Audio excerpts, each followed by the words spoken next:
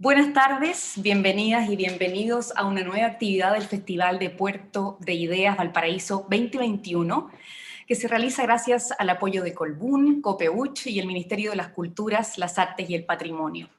Mi nombre es Carmen Gloria López y a continuación conversaré con la académica inglesa Mary Beard, Premio Princesa de Asturias, especialista y divulgadora sobre la antigüedad clásica.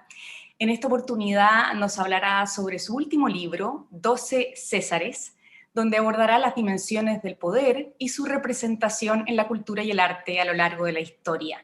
Ella además es catedrática de la Universidad de Cambridge, es autora de más de 18 libros y presentadora cultural de la BBC, una verdadera celebridad en el mundo de la historia. Acompáñenos en esta fascinante conversación que está siendo transmitida en puertoideas.cl y YouTube. Mary Bird, it's a great honor to have you on Puerto Ideas, and personally I get to be the lucky one, and I feel very lucky. Encantada. Encantada to be able to talk to you directly. Thank you very much for being here and for the job you do in divulging history in the way you do and have done for so long. It is truly inspiring.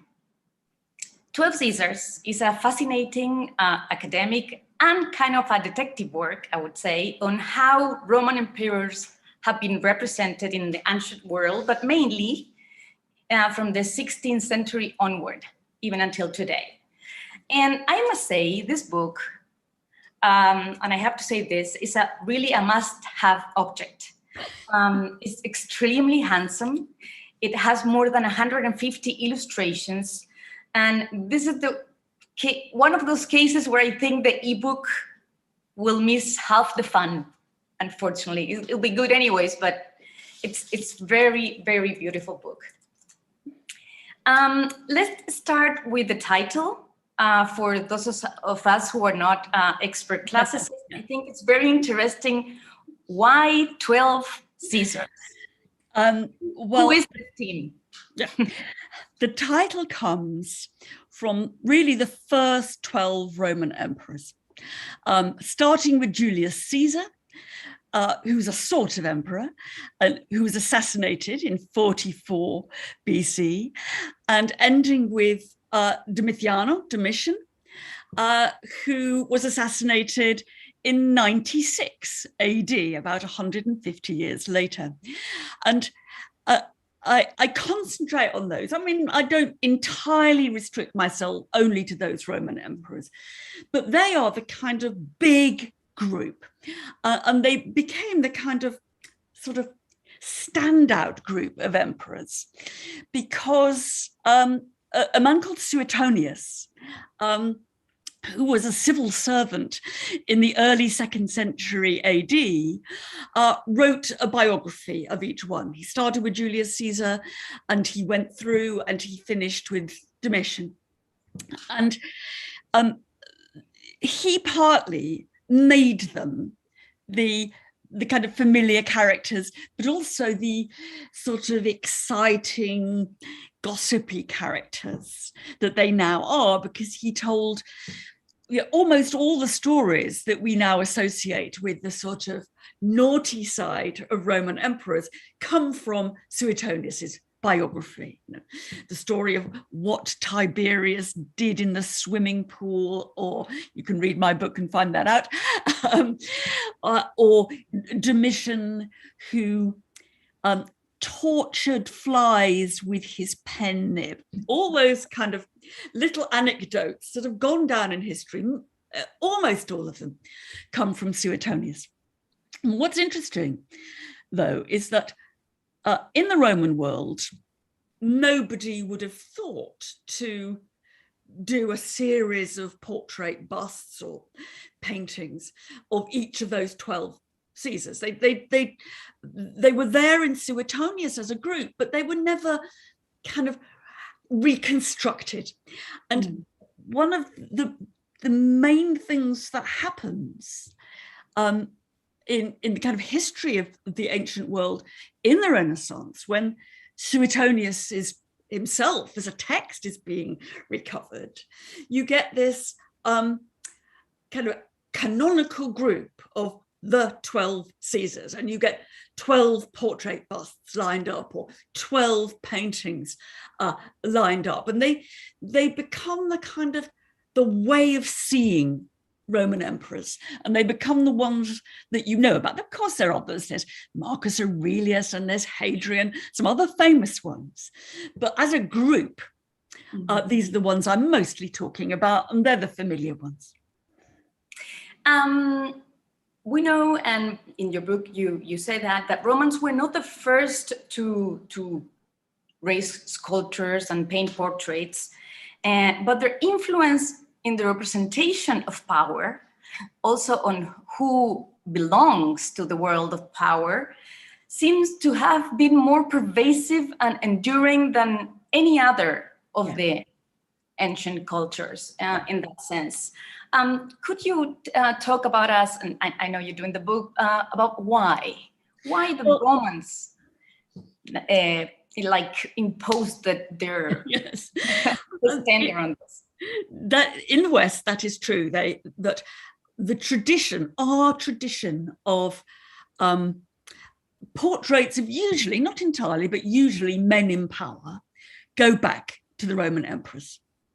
And things that we now take for granted, like that you will see images everywhere of political leaders. You know, that you go outside, you see posters, you see images of political leaders.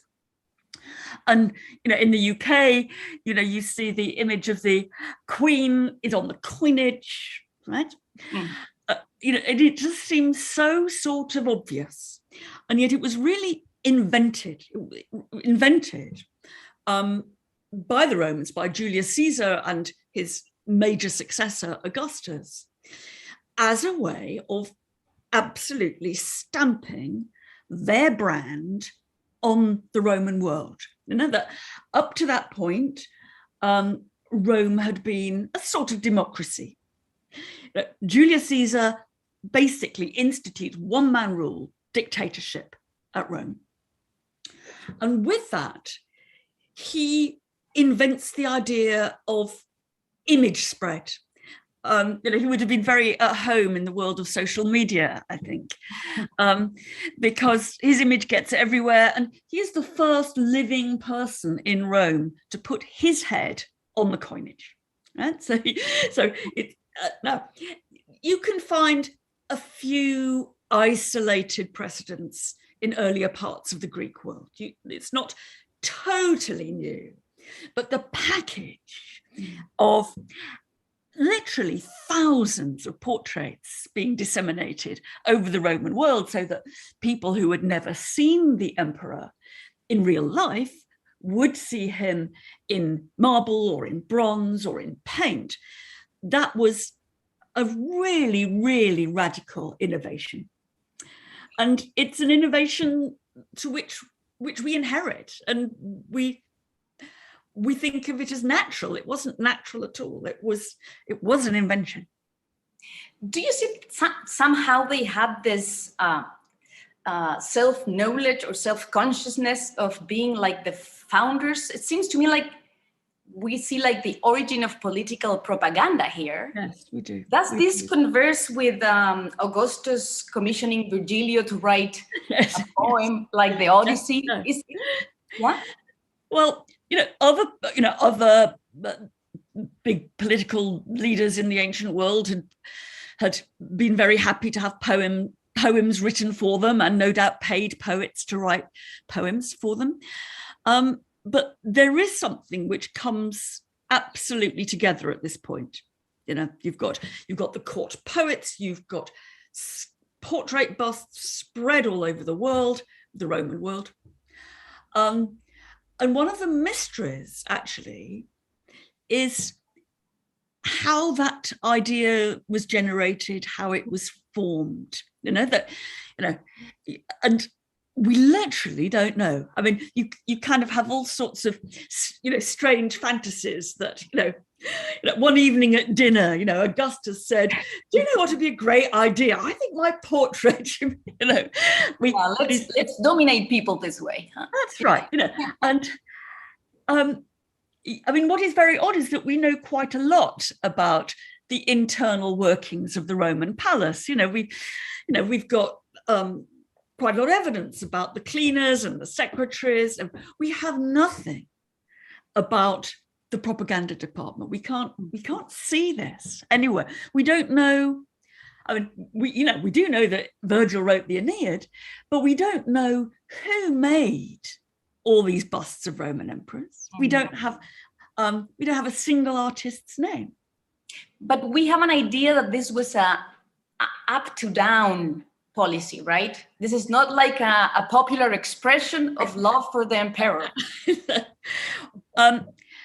We assume that the assumption is that it is largely top down. I'll come back to that in a minute.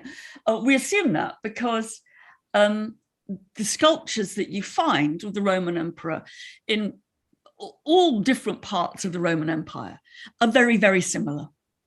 And there's a logic to that, that in some ways, some kind of model must have been distributed so that all these images, wherever they found, look the same.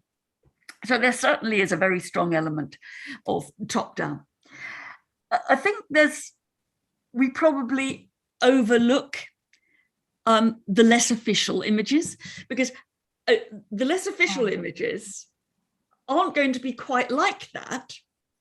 So we probably don't identify them as emperors. We identify the official images, and we probably don't recognize images of emperors in other forms. We occasionally get a little hint of it.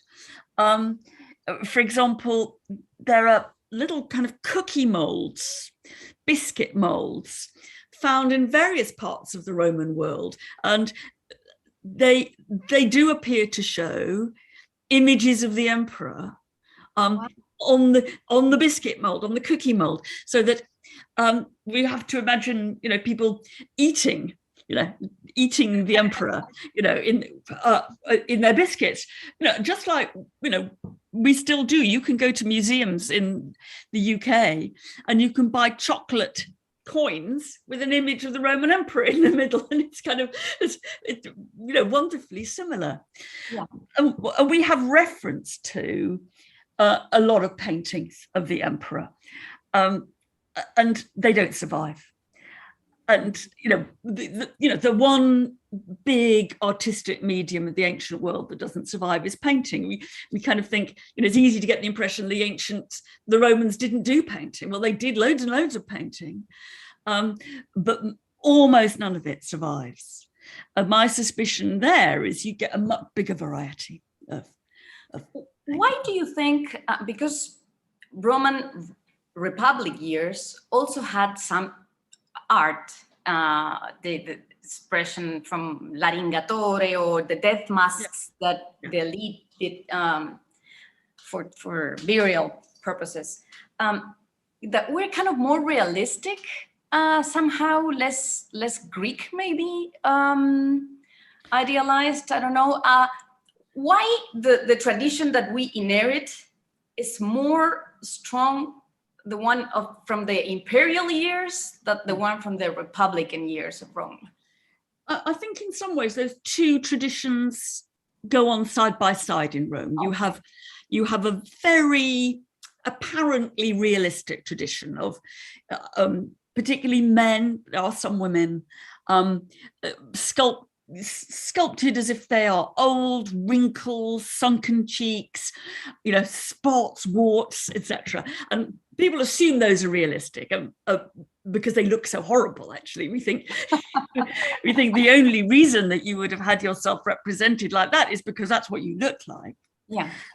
And on the other hand, there are these kind of rather Greek-looking, perfect, idealizing images, which really becomes noticeable with, Augustus. Julius Caesar is sort of the first emperor, but he's around for such a short time that he doesn't quite count. But Augustus has a reign of 40 years, and he kind of encapsulates a very different sort of image, now, which cannot possibly really have looked much like he looked, and he certainly doesn't get older in it. So when he's in his late 60s, he's still being represented like he was 30 years earlier. I think they do interrelate, because you can find in images of some of the 12 Caesars, particularly with the reign of Vespasian, that he is represented much more in the kind of old traditional Roman wrinkly style. And that's partly because he comes to the throne after the civil wars that followed the end of Nero. And in part, he's trying to say, look, this is back to the good old days. I'm not an emperor like Nero or even like Augustus. I'm an old-fashioned, honest, honourable Roman, right? So he rescues that from the earlier years. Yes. And so I think those kind of those images are always side by side, and they always signal something different. And some emperors like Vespasian do use that much older fashioned kind of image. It's fascinating. I'm going to steal one of your own questions from the book. Oh dear, those are always difficult to answer. Yeah. Why did we recreate with such intensity the lives of emperors, most of whom, I'm quoting you, have such a strong reputation for immorality, cruelty, excess, and misrule? Yes, that's one of the guiding questions of the book. I mean, because it's one thing to say, oh, look, that's how the ancient Romans did their rulers, for better or worse, that's how they did them. But most of the book is concerned with how people in later centuries went back to recreate the images of these guys, and then to raise the question, which again I think we tend not to ask ourselves, is these emperors have a terrible reputation. Most of them do not have a natural death. They're assassinated or they are forced to suicide. Why then do they become, even with the huge influence of Suetonius as a kind of giving us the 12 Caesars, why do they become so important? And I don't think anybody has ever properly answered that question. I've almost not asked it. And in order to answer it, I think you have to go back to what we think these images are for. Now, our assumption is, and it was mine really, that they're ways of parading, an image of power for people who are on the make or powerful. They're a kind of wallpaper of power, and they're meant to bolster the pretensions of the king or the dynast or the duke who has them. Right? Some maleness in it. And maleness, let's say maleness. Now, in part that may be true. I don't want to throw that away, but I think that if you see and try to come to terms with the unpleasantness of these people and the fact that they weren't successful rulers, that they did get assassinated, I think one of the things you say is, look, part of this is much more kind of about a debate. That what we're doing with these images is we're not just admiring them, We're debating power. We're debating corruption. We're trying to look different versions of imperial power in the eye.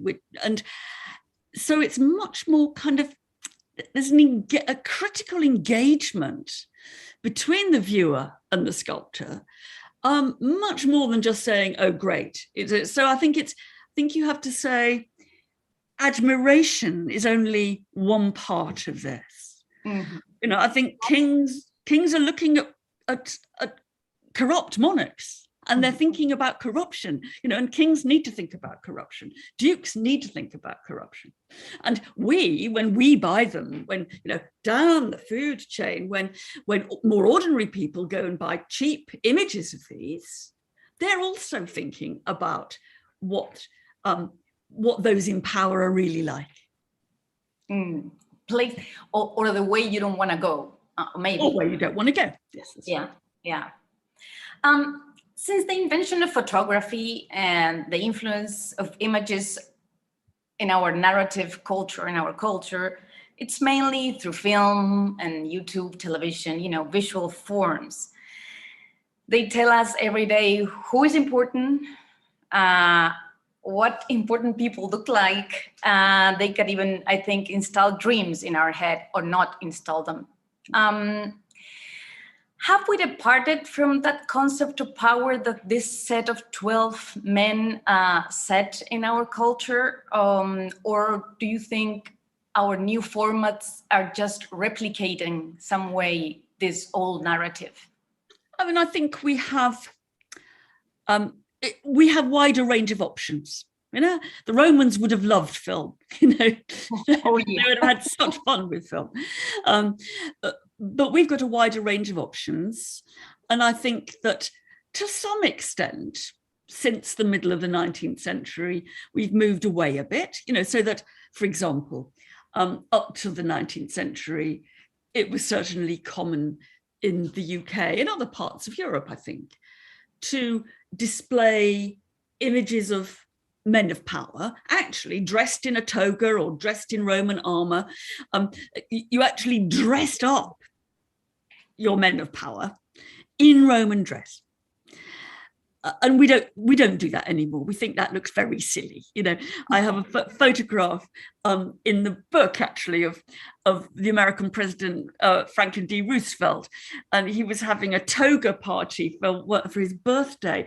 And it just looks, he doesn't look powerful, you know, he looks silly. He looks silly, just fancy dress, silly. So there has been a move away.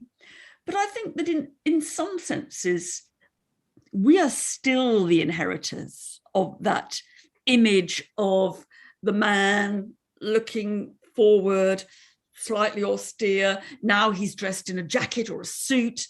He's not dressed in a toga, but it's clearly connectable with the image that the Romans invented. Authoritarian. Yes. You know, and we can also see it, I suppose, in the fact that there's never been a female version of it, really. These are, you know, the Romans invented male power images, not female.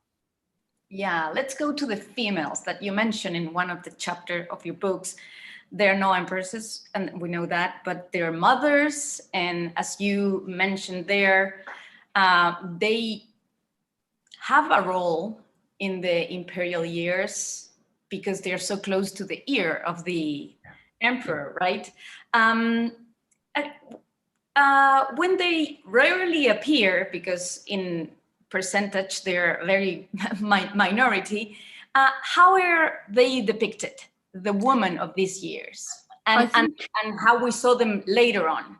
Yeah, I think that in the Roman world itself, you see two strands. I mean, you're absolutely right to say that there is a role for women in the Roman imperial regime because they are close to the emperor. And, you know, in every monarchy, the person who shares the emperor's bed or the person who washes him or shaves him, anybody who's close to the emperor has power. And in Rome, you see anxiety about that, both in terms of the women and also the emperor's slaves and ex-slaves. There's a kind of, the world of Roman status is upturned by one-man rule, because all kinds of people who shouldn't be powerful have the ear of the emperor. Then you say, well, look, okay, so how are these women who are his wives or his daughters or sisters, how do they get represented? Well, in a lot of Roman art, they get shown as absolutely classically obedient, procreative mothers, right? Because one of the problems that a monarchical regime has, a male patriarchal monarchical regime, is it needs the woman because in order to have children, it needs women. And that, of course, again, upsets you can't, it upsets the hierarchy, because you can't ignore the women. You need the women. And of course, you're anxious about the women's sexuality, because what if the child of the emperor's wife is not the son of the emperor, right? So you're very concerned to police the sexuality of these women. Now, in Roman literature, you then see all that anxiety tumbling out because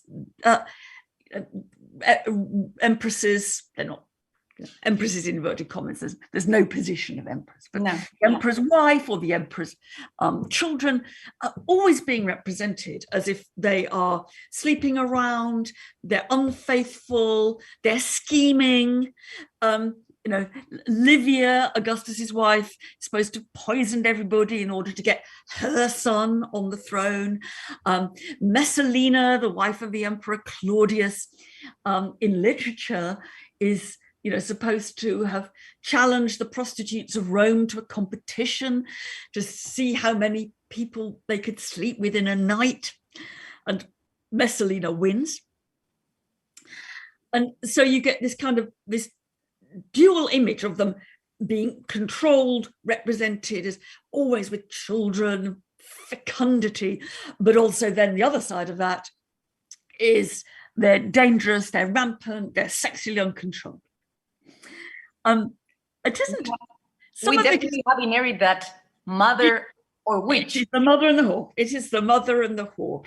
And also, I think in terms of modern power structures, you find even now that, if you think about who has influence with the British Prime Minister, who really has influence with the American president, and time again, it is the woman, it is, who chose the wallpaper for the Prime Minister's flat? His wife. Who spent too much money? His wife. Look at Nancy Reagan or Ivanka Trump. So we're still in part in that world.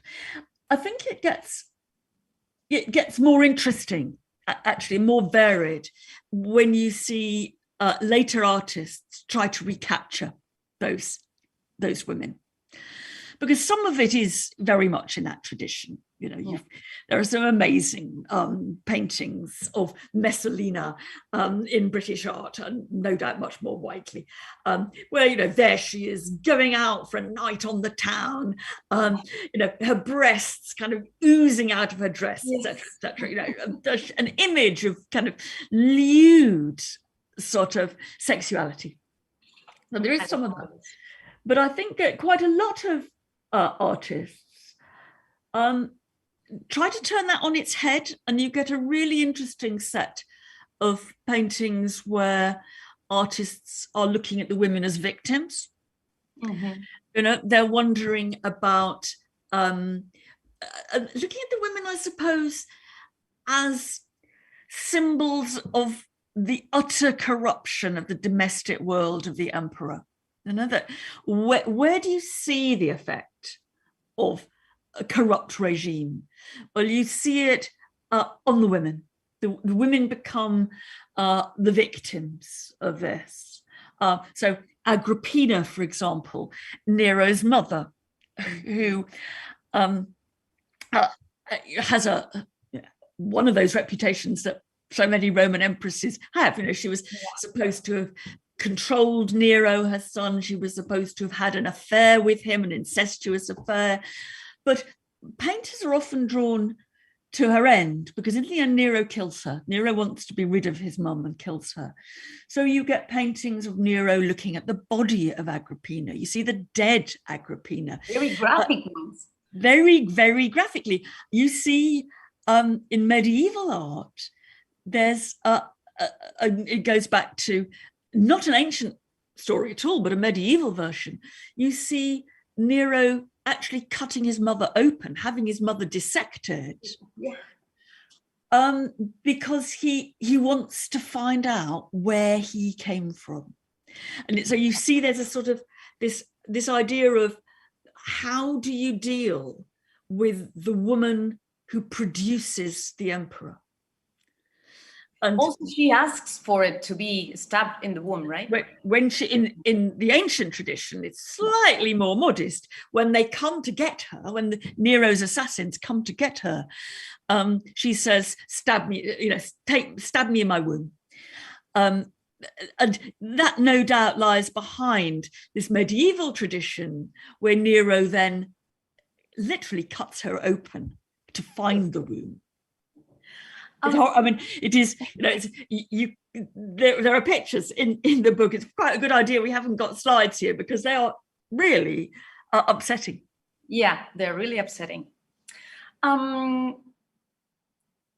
the Romans especially sexist, or they were just like anybody else in the ancient world? Were any cultures like the Germanics or I don't know, that were less sexist? We'd like to think so. I want to ask if you chose the worst ones. Oh, God, no.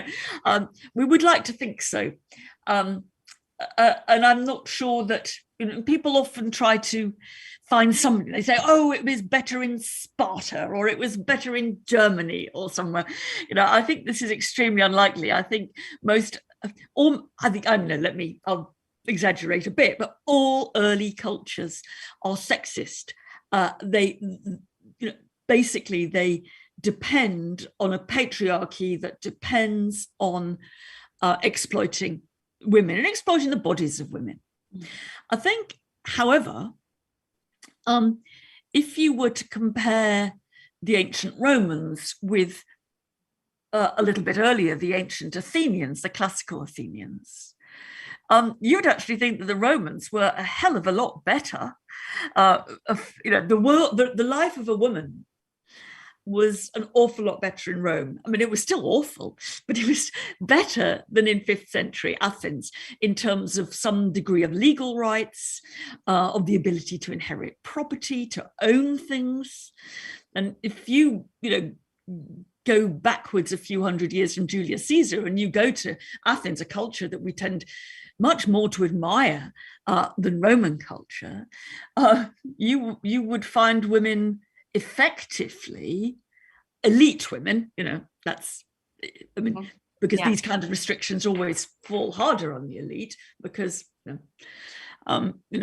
it's only the rich who can afford to sequester their women. That you'll find women confined to the home, confined to women's quarters, possibly veiled, in a way that was really, so far as we can see, never the case in Rome. I mean, the most obvious difference, I suppose, is that Roman dinner parties are mixed, or at least can be mixed. There are women at a Roman dinner, an elite Roman dinner. There are the only women at an elite Athenian drinking party were prostitutes and servants. The quotes respectable married women were nowhere to be seen. So if you were going to choose, I'd recommend Rome rather than Athens. Good. And here we are many thousand years later, two women on a kind of a modern stage, speaking publicly. Yeah. I remember an ad for a cigarette that said, "Would come a long way, babe." Woman was smoking. Advertising, kind of assuming gender inequality was a thing of the past, that no Telemachus will make us shut up anymore. Do you think we finally speak in the public sphere as a place where we belong? Have we reached that point? No. I mean, it's better. I mean, I think that, you know, I often think that my mother was born before women had the vote in the United Kingdom. And she died. By the time she died, she'd seen a female prime minister. That was a revolution. And she hated Margaret Thatcher, but she was still pleased to have seen a female prime minister. And so, you know, we have come a long way. But I think that women still don't get listened to. They still have to fight harder to do the same jobs that men do. When women mess things up, they are judged much more harshly than men. I mean, I remember very vividly, it must be almost 10 years ago now, but with two politicians who are still very active in British political life. One is Boris Johnson, who's now the Prime Minister, and the other was a black woman Labour MP, Diane Abbott. And they both gave really bad interviews on the radio. You know, they weren't terribly well prepared. They messed up, they got their facts wrong, etc. They're probably both of them absolutely exhausted. I remember being very struck that the press reaction to that was to say Diane Abbott did not deserve to be in British political life.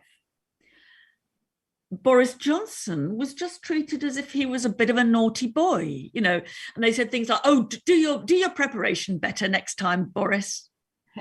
And I thought that really, really is still a division.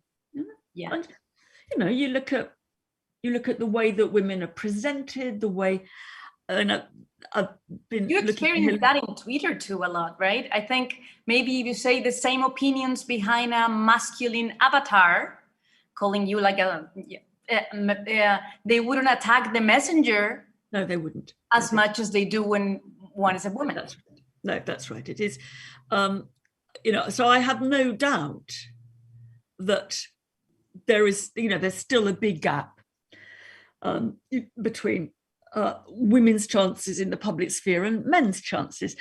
And I think the problem is that it's a difficult gap to close because I guess, you know, when I was a student, right, it's a long time ago now, in the 1970s, you know, I think we thought that what we had to do was, you know, there had to be a certain number of practical reforms. You know, we wanted to have proper maternity leave and workplace nurseries, good childcare, etc., etc. And, you know, we were right in a way. We did need all those things. But we were wrong to think that that would solve the problem.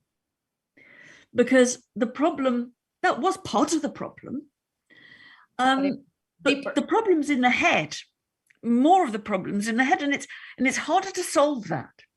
In your book, Woman in Power, you even say that it is almost impossible to fit woman in a structure of power that was, since its origin, coded as masculine. Yeah.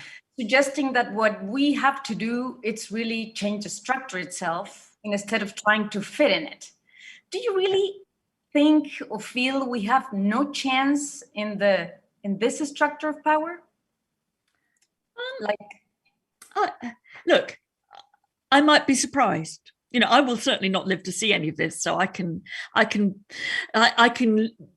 fortune tell, predict, you know, easily because I won't be around to see.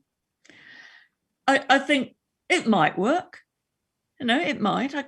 I don't think that it will, and I don't think it will because somehow insofar as we've seen it over the last 30 years, most of the women, not all, but most of them, have gained power by in some way pretending to be men. Or taking some of these codes, huh?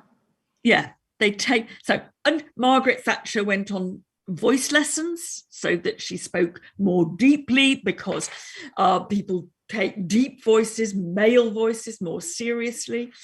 I mean, I think when I was writing Women in Power, I was very struck by Hillary Clinton and Angela Merkel, you know, because they dress up in pants. And, you know, in some ways that's really convenient, you know, and I'm sure if you're getting on and off airplanes and cars all day and you're very busy, it's very convenient. But it also makes you look like a man. And talking to Clinton a bit, who I think is an extremely interesting person, you know, she's been saying, look how many hours each day on the campaign trail I had to have my hair done, I had to have my makeup done, you know, and there's Boris Johnson, and he gets by because he's, you know, no woman can do that. When asked about an example of how can we change the structure of power, you mentioned the movement Black Lives Matter. Could you say, what do you see in there? What sign of a new structure of power could be that? I came to Black Lives Matter because when I was writing that, I said I have to give some kind of example of, you know, of things being done differently. How do I have one example, right? And I'm not sure whether it's the same now with Black Lives Matter, but certainly when I was writing this, well, several years ago now, what I thought was really interesting about Black Lives Matter was that it had been started by 3 women, and they were 3 women whose names were not then, and still not really now, were, you know, their names weren't well known. They weren't, it wasn't, there wasn't a cult of fame around them. There wasn't a cult of leadership. It just seemed to me they just got on and did it. Now, I'm not a great expert in the internal workings of Black Lives Matter, particularly since it's, you know, it's changed considerably over the last couple of years. And so I wouldn't know whether that was still the case. I suspect, as with a lot of organizations, I suspect that the bigger it gets, the more it gets controlled by men. I just suspect that. Oh, that would be a good to research, a good thing to research. It would be very, you know, shifted in the, as it is more institutionalized.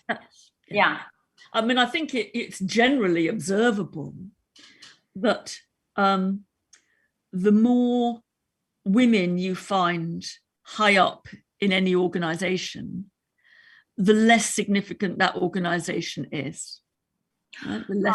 I've read that, and it's you know, and you can spot how those kind of things change, and you can see, I mean, in the UK, nursing has been one of those areas which there has been some change in, and then you discover that the more important nursing gets, the more you find men at the top of it.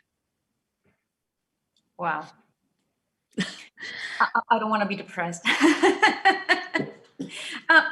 You mentioned, I'm going to change the subject a little bit because we have to finish this, but you mentioned in an interview for The Telegraph that symbols, many of what you mentioned here in the book, 12 Caesars, are things that people fight over, like a definition. That's what symbols are for. And you seem very right, according to what we've seen on this statue war that you even wrote about it with that title. As you may know, we've had in Chile since more than in the last 2 years, an army general set up in a pedestal was the epicenter of massive demonstrations that have caused, among other things, that we're writing a new constitution. in a parity way, 50 and 50, 50% women and that. But also Columbus was decapitated in Boston, as you very well know, was thrown in the water. Our army general is no longer in its pedestal. And in ancient times, did people attack their symbols? Or when you talk about the changes Romans did to the busts and stuff, was those also top down? They did. They were more imaginative than us in a way, I think. And they threw some people in the river. They kept others. I think their most interesting strategy was to just recarve the face of people they didn't like into someone they did. They were much more flexible about statues being works in progress that you could change, that you could alter. I mean, we really only have we have 2 or possibly 3 alternatives for what to do with a statue, which is leave them up, throw them away, or put them in a museum, right? Which is really the same as throwing them away, but slightly nicer, I think the Romans would think we were very uninteresting and unimaginative. Because Banksy proposed a middle way. Did you see Bansky's proposal? Oh, yes, I did. That's right. Yes. And there have been a few sort of imaginative proposals, but in terms of the political debate, there is no middle way. And I think that, I think 2 things really. No, 3. I think some statues should come down. Statues have always been taken down. We don't want a world in which no statue is ever removed, because of course some should come down. What we disagree about is who it is. I think one thing we can do is be more imaginative. I think you can sometimes take them off their pedestals and just put them at ground level. We'd look at them differently if they were not on a pedestal. The sculptor Anthony Gormley suggested putting Cecil Rhodes to face the wall, not to face the street. I think they're all those kind of, and all Banksy's, statue of the act of pulling down. I think all that is important. I think that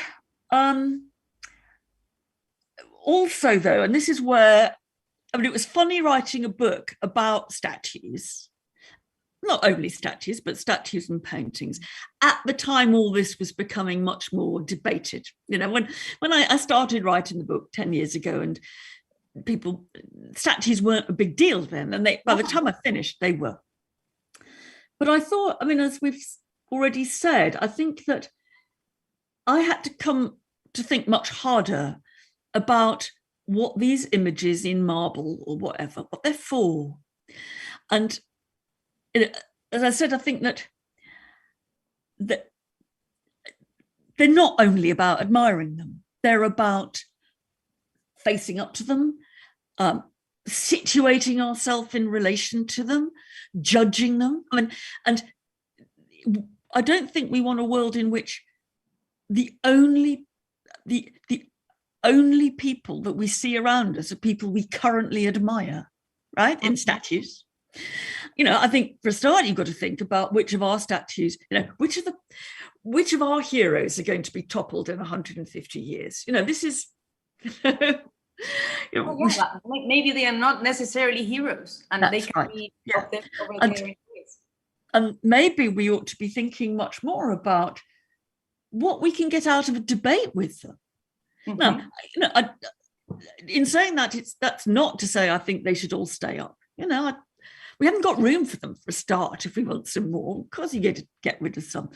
But I think that looking at these Roman emperors, who everybody knew, everybody knew were not admirable, and what they were doing, whether that was in the middle of the royal palace or in the ordinary little people like me, 300 years ago might own their tiny little plaques of a Roman emperor. But they were about having a conversation and thinking about that. They weren't just about admiration. And I think the mistake we're making is to assume that statues are supposed to be admired, where some of them are, but they're also supposed to be thought about, to be considered, to be debated, and to make us look at, they're just a block of marble or a ton of bronze. The people that matter and the people who we should be thinking about are us, actually. And what do they make us think about us? They're dead and they're just a lump of metal. And the same with books and stuff like that, because there's like an atmosphere, as you say, that it wasn't present 10 years ago. Do you feel the same freedom to teach, to research, to speak, and to write that you felt 10 years ago? Or do you feel you have to be like more careful with some stuff now? Broadly speaking, yes. Broadly speaking.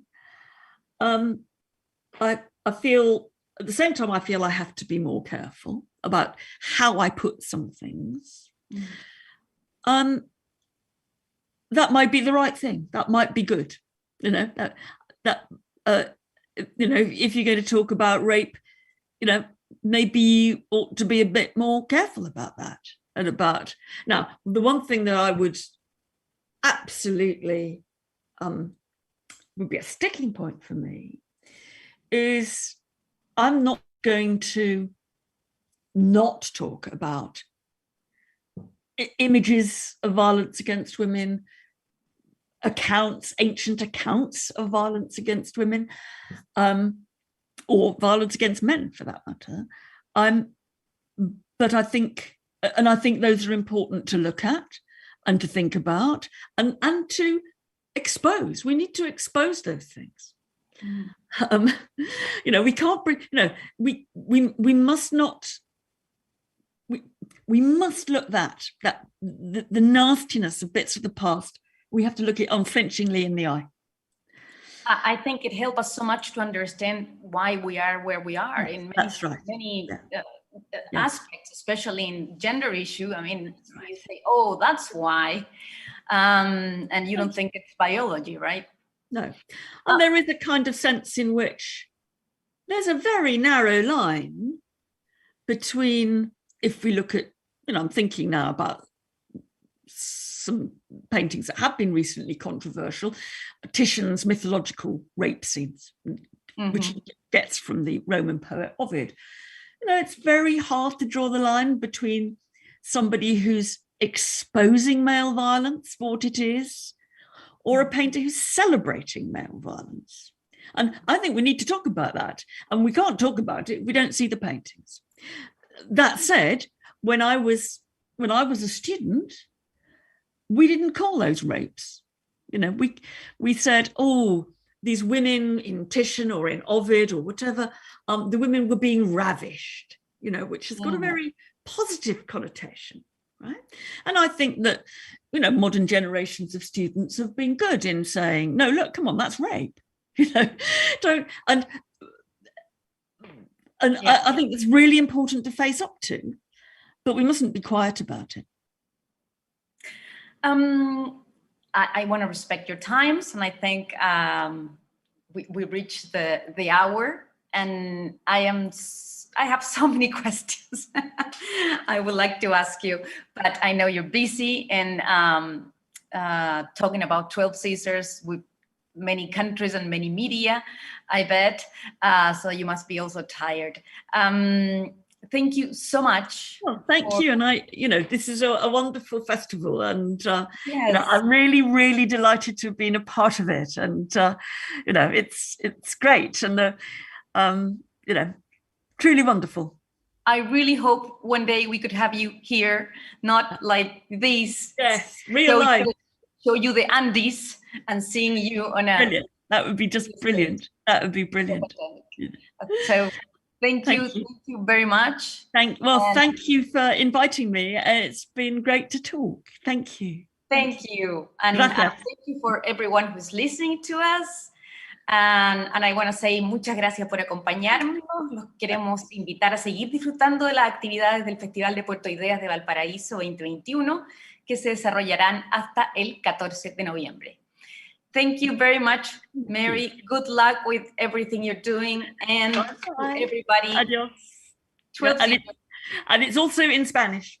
And it's also in Spanish. Yes, it just arrived to Chile. Just this minute out in Spanish. Thank you. Thank you. Bye.